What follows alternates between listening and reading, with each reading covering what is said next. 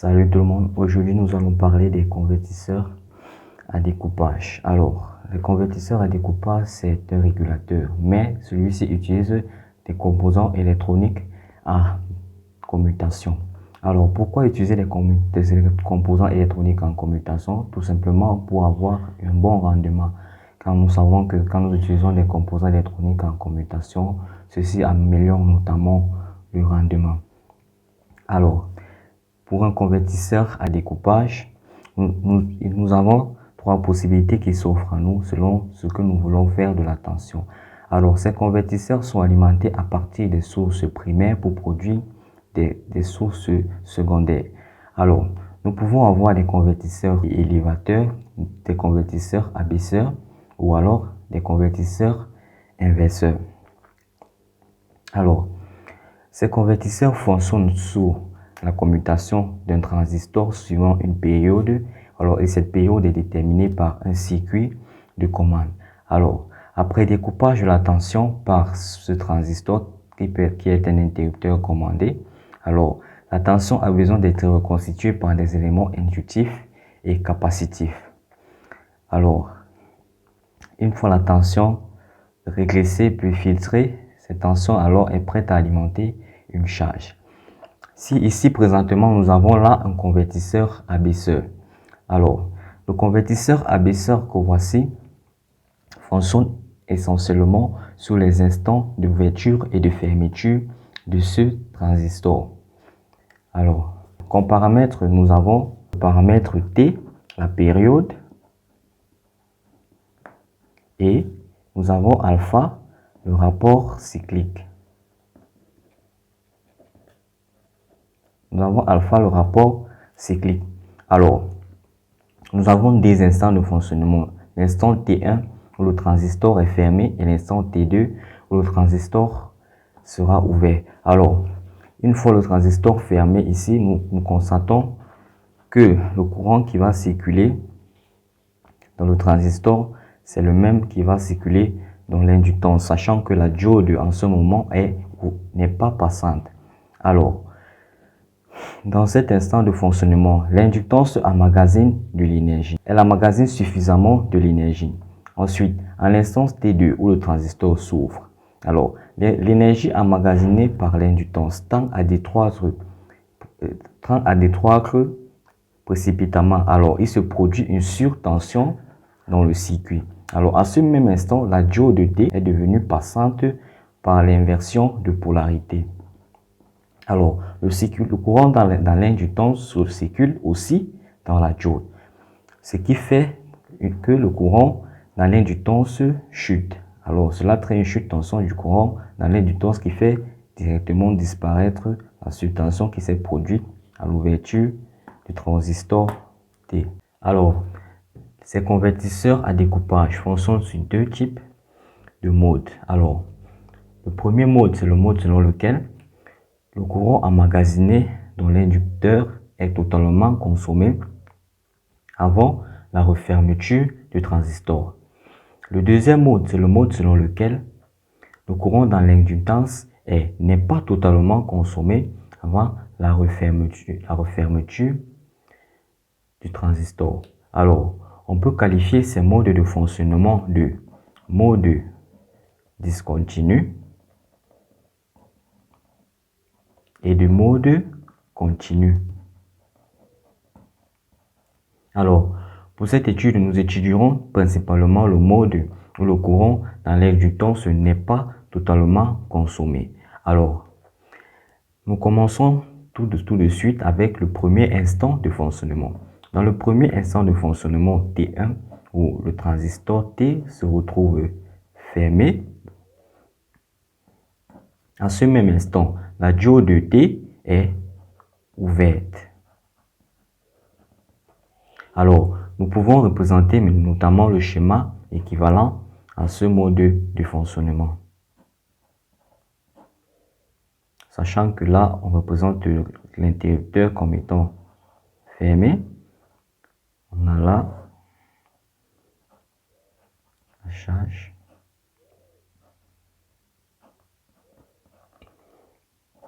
Tension VL ou on de l'inductance. la tension d'entrée VE, qui est une tension continue notamment, et la VS. Alors, nous pouvons là avoir utilisé la loi de Maille. Alors, la loi de Maille nous dit, nous avons VE moins VL moins VS qui est égal à 0. Alors, ceci entraîne tout simplement que VL est égal à VE moins VS. Alors, selon ce que nous savons de la tension dans une inductance, nous disons que L d de I de L sur d de T est égal à VE moins VS. Alors, par primitive de cette expression, sachant que le deuxième membre de cette équation est constant, alors, par primitive de cette expression, nous avons l'expression IL que l'on peut appeler IL, ou IL fermé, est égal à VE moins VS sur L. Alors, à cet instant, nous sommes à l'instant T1, nous pouvons marquer ici T1. Alors, à ce même instant, nous constatons que, à ce même instant, nous partons d'un courant minimum à un courant maximum. Sachant que, en ce moment, le régime permanent est atteint, alors, nous pouvons écrire ici plus un courant minimum IM que nous ne connaissons pas. Alors, ayant cette expression, nous pouvons passer maintenant à l'instant T2. L'instant T2, l'instant où le transistor T est ouvert. Alors, à cet instant, nous avons le schéma équivalent comme suite. Sachant qu'ici, nous avons la diode qui est devenue instantanément passante. Alors, nous avons le schéma équivalent comme suite. Nous avons ici la tension de sortie, notamment la charge RL. Ici, la tension VL. Alors, nous utilisons encore la fameuse loi de Maille. Alors, cette loi nous donne tout simplement VL moins VS est égal à 0. Alors, nous tirons de cette expression que moins VL est égal à VS. Alors, nous refaisons le même procédé que tout à l'heure. Alors, ça fait LI, D de I de L sur D de T qui est égal à VS. Nous n'oublions pas le moins de ce côté. Alors, nous refaisons encore le chemin précédent. Nous revenons d'abord dans notre chronogramme et nous constatons que à cette période, nous passons d'un maximum à un minimum. Alors, le courant va décroître. Alors, quand le courant décroît, sachant toujours que le régime permanent est atteint, alors on va quitter forcément d'une valeur à une autre. Alors, nous pouvons écrire, selon l'expression de la primitive IL, nous pouvons ici écrire IL O est égal à VS moins sur L de T2, cette fois-ci, plus un maximum IM, que nous ne connaissons notamment pas. Alors, nous pouvons maintenant rassembler ces deux expressions. Alors, cette expression ici, nous allons l'appeler l'expression 1 et la nouvelle expression, l'expression 2. Alors, l'expression 1, c'était l'expression selon laquelle T était fermé. Alors, elle nous donnait tout simplement l'expression, c'était l'expression qui disait que I de L était égal à VE moins VS sur L T1 plus IM.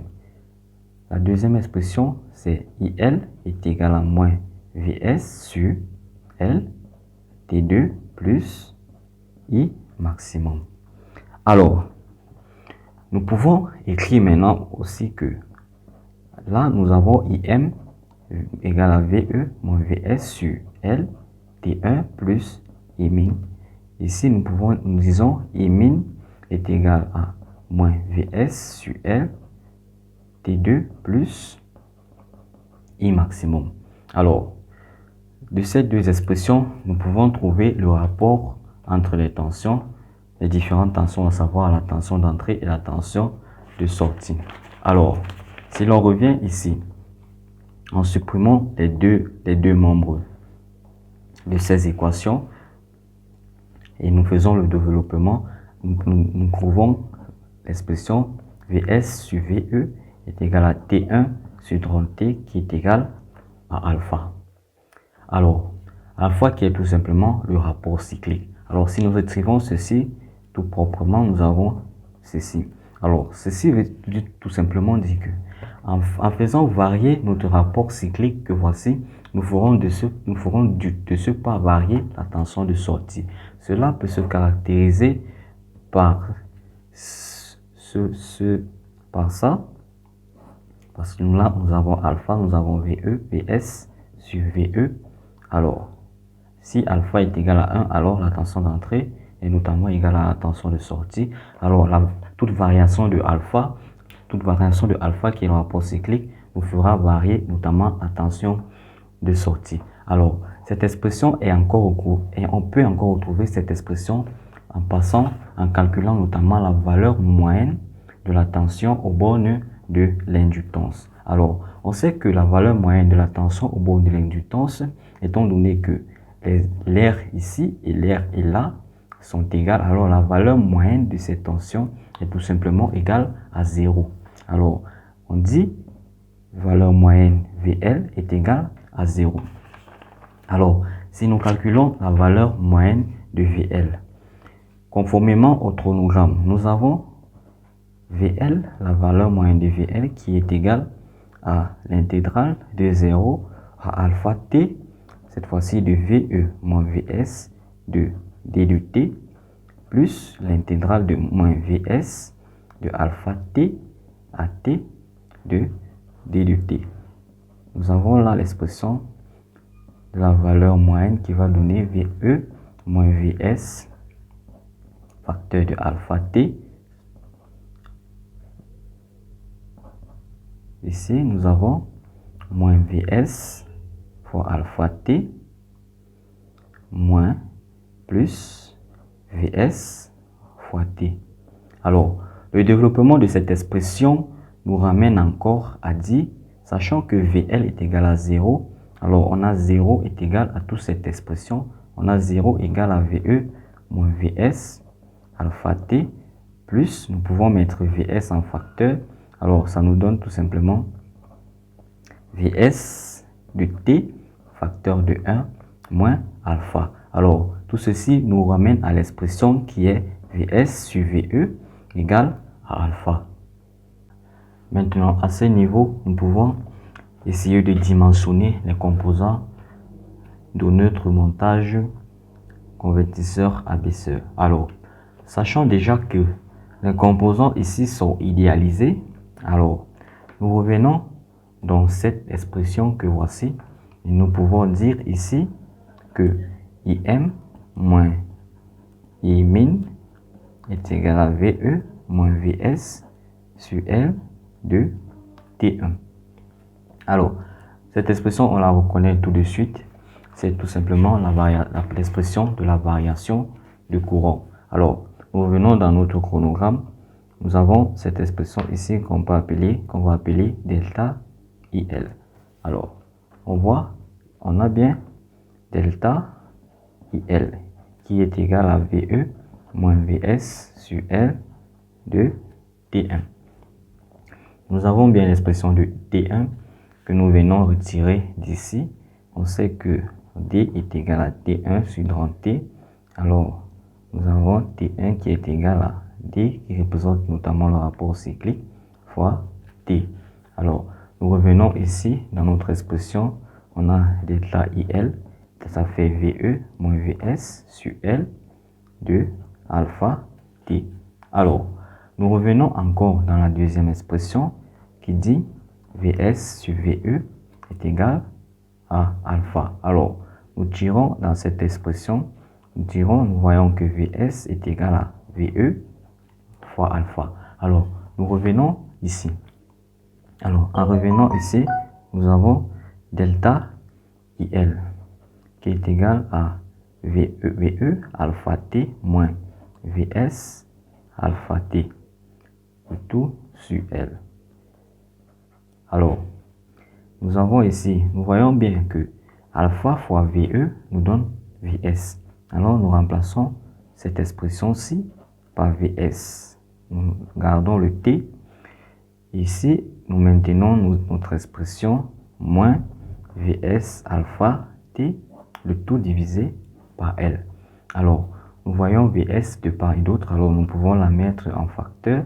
Ceci va nous donner 1 moins alpha T sur L, delta IL. Alors, voici donc l'expression de la variation du courant dans l'inductance. Alors, cette variation du courant dans l'inductance écrit encore plus proprement est égale à Vs facteur de 1 moins alpha sur 1 sur L fois la fréquence d'oscillation. Alors, nous avons l'expression de I et L encore écrit ici pour que nous voyons bien de quoi il s'agit.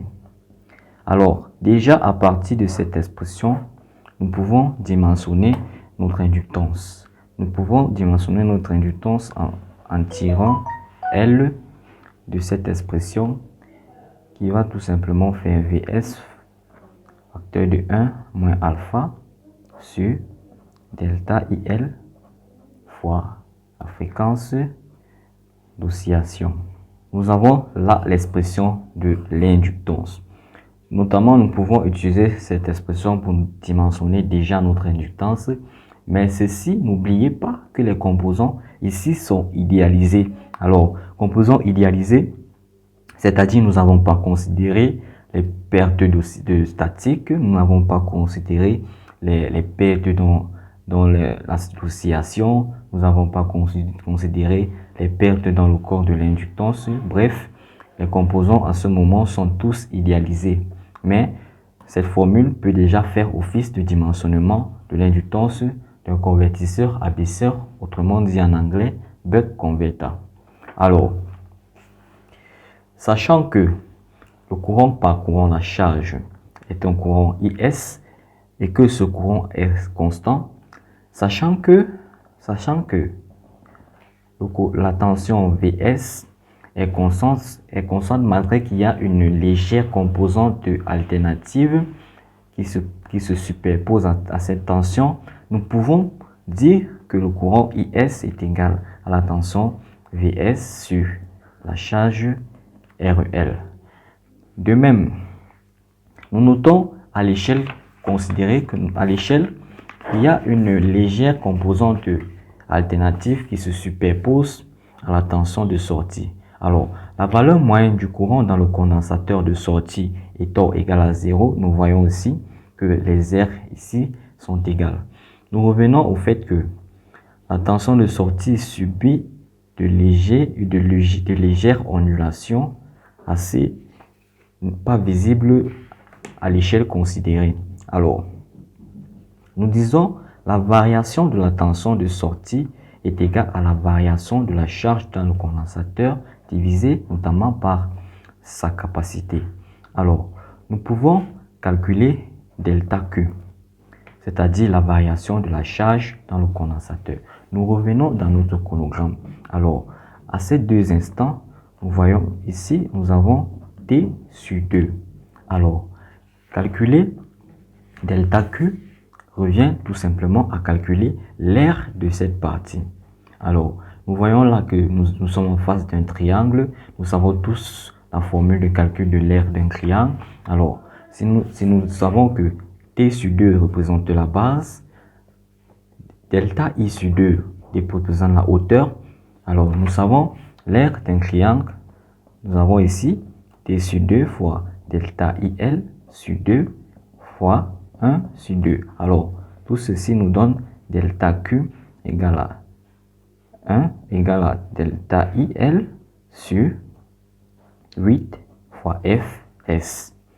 Alors, ayant déjà ceci, nous pouvons maintenant revenir dans cette expression remplacer delta Q par l'expression trouvée ici. Nous avons notamment delta Vs est égal à delta IL sur 8 Fs fois C.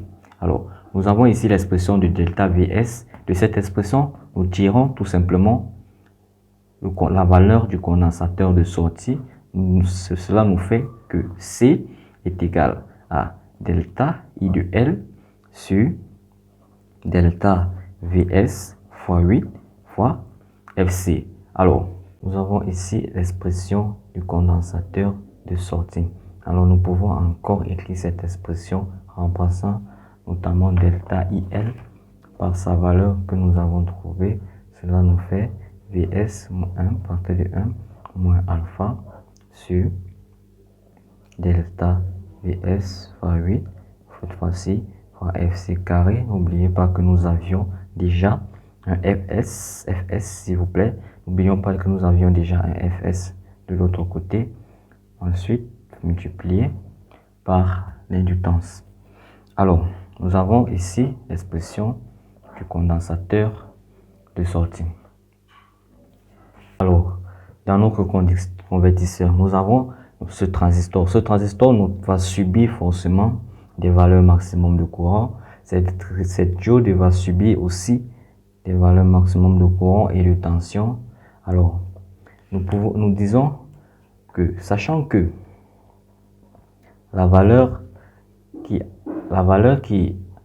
le courant d'entrée en fait, qui vient ici. Alors, si nous revenons sur l'expression du rendement, cette fois-ci, ce rendement, n'oublions pas que c'est un rendement avec des composants idéalisés. Alors, ce rendement est égal à Vs IS sur VE IE. Alors, si nous faisons le rapport, nous avons Vs sur VE est égal à IE sur IS. Alors, qui est égal à alpha. Nous avons notamment IE sur IS qui est égal à alpha. Alors, ceci entraîne que IE est égal à alpha IS. Alors, ça veut dire quoi? Que en fonction du rapport cyclique, c'est-à-dire de la période d'ouverture et de fermeture du transistor que nous avons ici au-dessus, alors, nous aurons une certaine tension moyenne. Alors, cela va nous donner la valeur moyenne en fonction de la variation de la période d'ouverture et de fermeture du transistor. D'où l'expression que voici. Alors, ceci dit, si nous voulons calculer la valeur maximale du courant dans le transistor, alors, ceci est égal à IT maximal. Et va donc nous donner IS plus delta I de L sur 2. Alors, nous pouvons aussi trouver l'expression de la valeur maximale du courant dans la diode. Alors, nous notons cette expression ID max qui est égal cette fois-ci encore à IS plus delta I de L sur 2. Alors, nous pouvons aussi de ce pas trouver la valeur moyenne du courant dans la diode. Alors, pour ceci, nous allons revenir notamment dans notre chronogramme. Nous avons ici le chronogramme représentant les variations du courant dans la diode en fonction des différentes périodes de fermeture et d'ouverture. Alors, si nous recalculons la fameuse intégrale, nous voyons que ID moyen, c'est l'intégrale de alpha t à t de I de S de t. Alors, dans la résolution de cette intégrale, nous avons tout simplement 1 moins alpha de IS. N'oublions pas la période qui est ici de 1 sur t. Alors, nous voyons tous de suite que l'expression ID moyen est égale à 1 moins alpha de I de S. Alors, petit commentaire sur le convertisseur. Alors, l'utilisation d'une haute fréquence. Alors, si nous faisons varier les périodes d'ouverture et de fermeture de notre transistor à une très haute fréquence, ceci a notamment pour avantage de réduire les valeurs de C, le condensateur de sortie, et de L, l'inductance. Alors, ceci nous permet, en réduisant leurs valeurs, nous pouvons aussi réduire le coût de fabrication. Nous réduisons notamment aussi leur taille. Et ceci serait vraiment un grand avantage pour notre montage. Alors, à la vidéo suivante, nous calculerons notamment les composants que nous devons utiliser, mais ceci en considérant les pertes dans tous les composants. Alors, les composants ici ayant été idéalisés, mais pouvant faire l'objet d'une construction d'un convertisseur abaisseur, nous nous arrêtons là pour cette fois et n'oubliez pas de regarder la suite qui sera proprement dite la conception du convertisseur abaisseur.